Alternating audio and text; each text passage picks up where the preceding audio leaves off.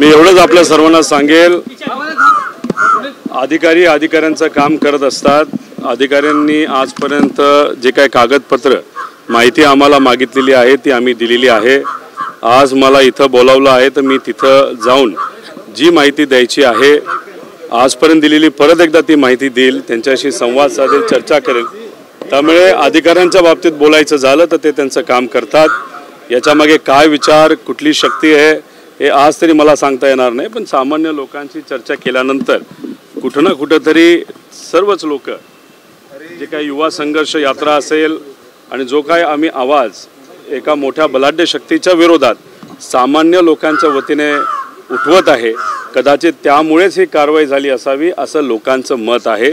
पण तुम्ही मला विचारलं तर अधिकाऱ्यांचं काम करत आहेत. माहिती मागितलेली आहे, नेमकी कोणती माहिती मागितलेली आहे आणि तुमची त्याची पूर्तता कशा प्रकारे करणार? खरं तर आत्तापर्यंत जी माहिती मागवलेली आहे आणि ती आम्ही जी दिलेली आहे, आम्ही CIDला सुद्धा दिलेली आहे, EOWला दिलेली आहे, EDला सुद्धा दिलेली आहे.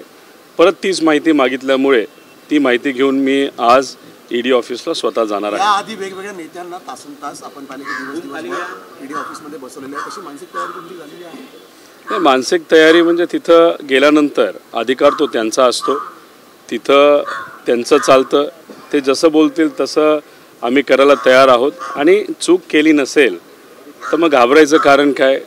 तिथं जाऊन आपल्याला पुढं काय करायचं आहे, लोकांचे जे काही विषय मांडलेले आहेत ते सरकारकडनं सुटत नाहीत, त्यासाठी रणनीती काय करायची, तिथं जर मोकळा वेळ मिळाला त्या बाबतीत नक्कीच मी विचार करेल. आणि ऑफिसमधनं आल्यानंतर आदरणीय पवारसाहेबांच्या मार्गदर्शनाखाली परत एकदा लोकशाही मार्गाने लोकांसाठी लढण्यासाठी आम्ही सर्वजण तयार असू.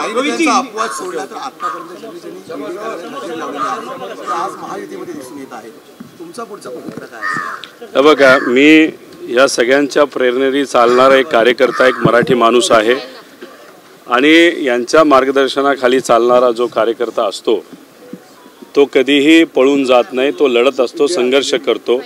आणि मी सुद्धा या थोर व्यक्तींच्या विचाराने चालणारा एक मराठी माणूस आहे आणि मराठी माणूस म्हणून प्रामाणिकपणे जे काय सहकार्याचं करेल ते करेलच, पण पळून जाणार नाही, लढत राहणार जोपर्यंत यश मिळत नहीं तोपर्यंत. वो जो भी पूछेंगे उसको मैं उत्तर दूंगा और जो भी सपोर्ट करना है वो सपोर्ट मैं वहाँ पे करूँगा. क्या कहीं ना कहीं टैक्टिक्स है प्रेशर करने की, जिस तरह से लगातार ऑपोजिशन लगातार आरोप लगा रही है कि पॉलिटिकली साथ में शामिल हो गई है ED.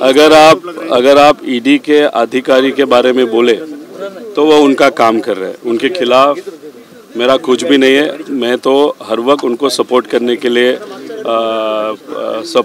लिए सोचता हूँ और अभी सपोर्ट भी करूँगा. अगर जो हमारे विरोध में जो लोग हैं पॉलिटिकली, उनका अगर कहना है कि इस बंदे पे प्रेशर डाला जा सकता है तो शायद वो भूल गए मैं मराठी मानुस हूँ, मैं डरता नहीं. और अगर प्रेशर डालने के लिए ये सब कुछ हुआ है तो एक गलत बंदे पे उन्होंने ये एक्सपेरिमेंट किया है, ऐसे मुझे बोलना पड़ेगा. सवाल यह है कि कहीं ना कहीं अब तक अरेस्ट भी कर लेते हैं ED के संजय राउत हो या नवाब मलिक के बारे में हमने यही देखा है. काफी लीडर्स को बुलाया जाता है. देखो, ऐसे लोगों को लग रहा है कि वहाँ पे शायद अरेस्ट भी हो सके. मैंने गलत तो कुछ किया नहीं, मैं जो भी डॉक्यूमेंट वो मांगेंगे वो देने वाला हूँ, तो अरेस्ट का प्रश्न आता नहीं. लेकिन अगर जो भी वो उनके प्रोसीजर के हिसाब से करेंगे फिर हमको न्याय व्यवस्था जो है कोर्ट, उसके माध्यम से रिलीफ लेना पड़ेगा, लेकिन लड़ना तो पड़ेगा.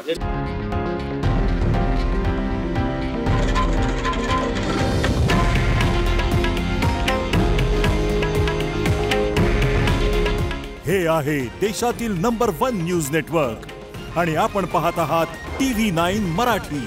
काळजी तुमची, हित महाराष्ट्राचं.